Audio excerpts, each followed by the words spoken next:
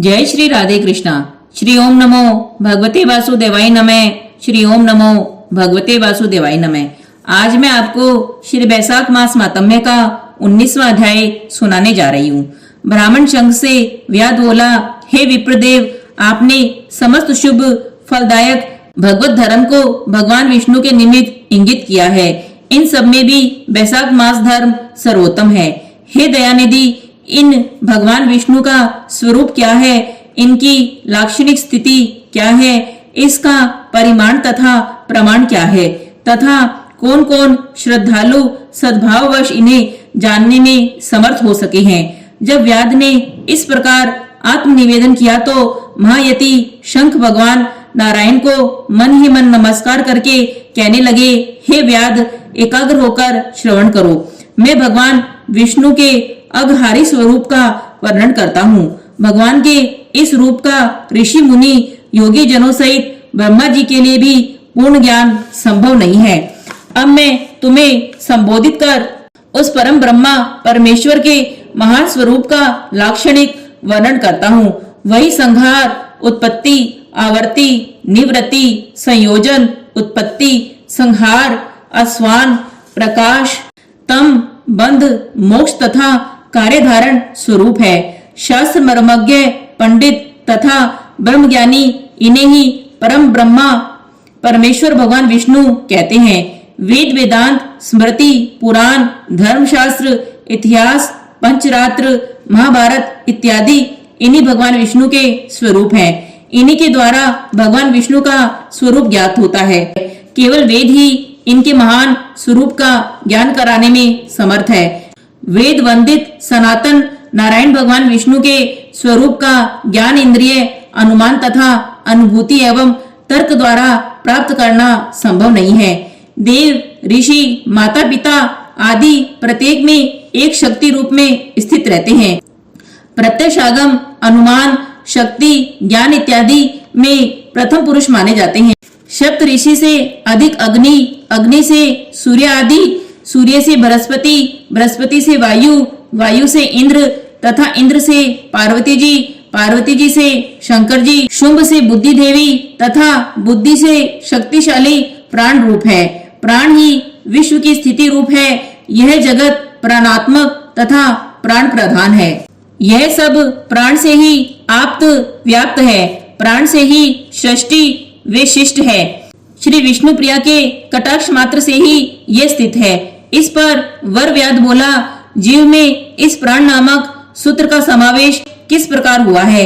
हे विप्रदेव, मेरे सम्मुख इस शंका का समाधान कीजिए। प्राण से परमात्मा पर किस प्रकार है। शंख ने कहा, हे व्याध, यदि तुम शंका समाधान चाहते हो तो सुनो।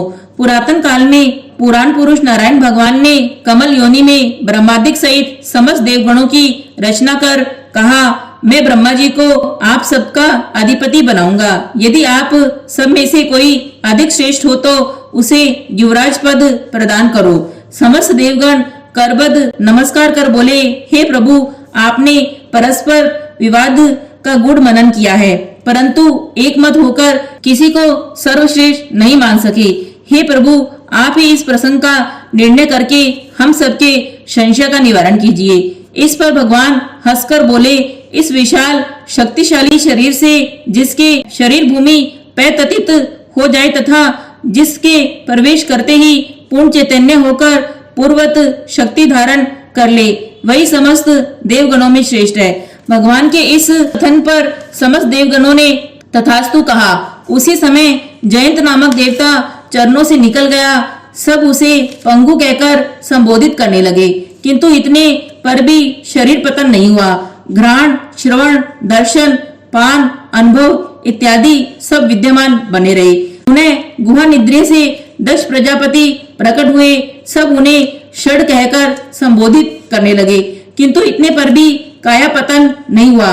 वह पूर्वत श्रवण, कथन, दर्शन, पान, घ्राण गति इत्यादि से युक्त रहा।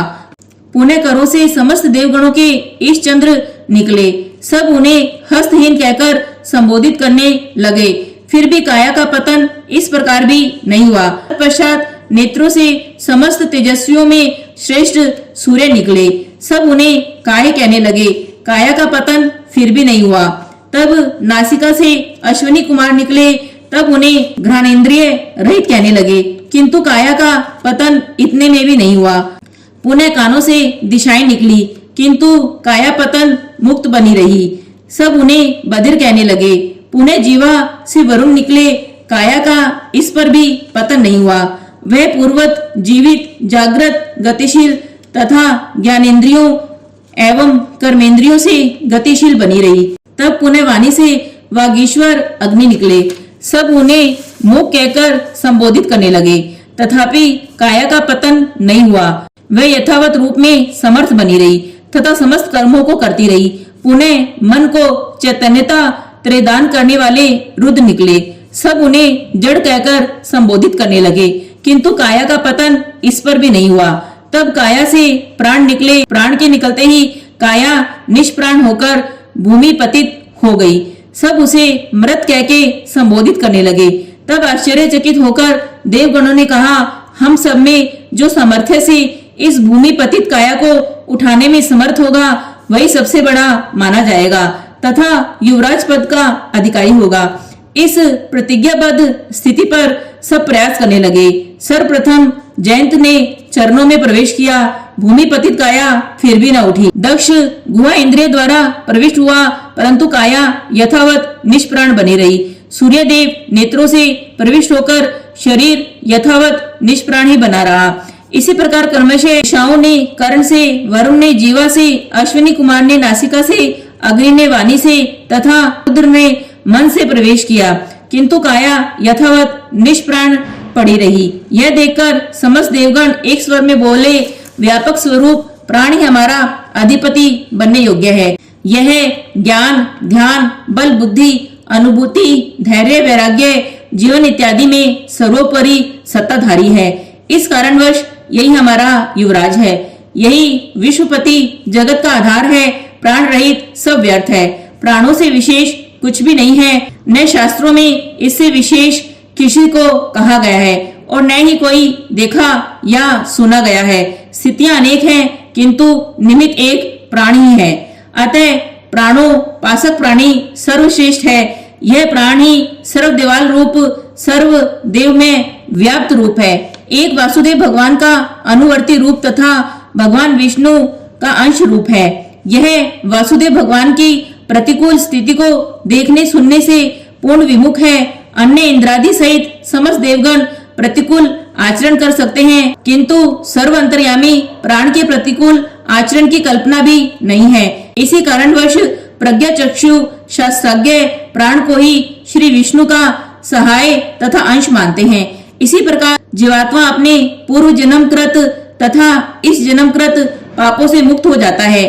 वे भगवान के परम धाम को प्राप्त करता है। शंख ब्राह्मण के इस श्री विष्णु महिमा वर्णन से व्याध बड़ा प्रसन्न हुआ। यह रहस्य तथा गुण स्थिति क्या है, इसे जानने की मेरी प्रबल जिज्ञासा है।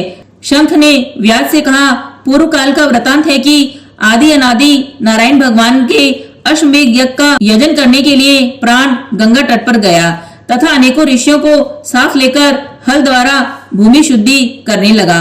वह भूमि के नीचे एक विवर में कंडव नाम के एक मुनि समाधि स्थित थे। प्राण द्वारा भूमि में हल चलाने से वे हल द्वारा बाहर खींच आए। इससे उन्हें बड़ा क्रोध आया। उन्होंने अपने सामने प्राण को देखकर तत्काल शाप दे दिया। कंडव ऋषि ने प्राण से कहा, आज से तीनों लोकों में तुम्हारी महिमा समाप्त हो जाएगी। विशेष रूप से मृत्यु लोक में तुम्हें आज से कोई महत्व नहीं देगा। तीनों लोकों में तुम्हारे अवतार मात्र ही विख्यात होंगे। जब कंडव मुनि ने प्राण को इस प्रकार शाप दिया तो प्राण ने क्रोधित होकर कहा, मैं निरपराध हूँ। आपने अकारण ही मुझे शाप दिया है। अतएव मैं भी आपको शाप देता हूँ कि हे कंडव ऋषि, तुम गुरुद्रोही हो जाओ तथा समस्त संसार में तुम्हारा कृत्य निंदित हो। उसी समय से तीनों लोकों में प्राण की महिमा जाती रही। विशेषकर भूमंडल पर प्राण की महिमा पूर्ण लुप्त हो गई तथा प्राण के शाप के कारण कंडव मुनि भी अपने गुरु को हन कर सूर्य के शिष्य हो गए। श्री हरि विष्णु भगवान की जय। श्री हरि विष्णु भगवान की जय।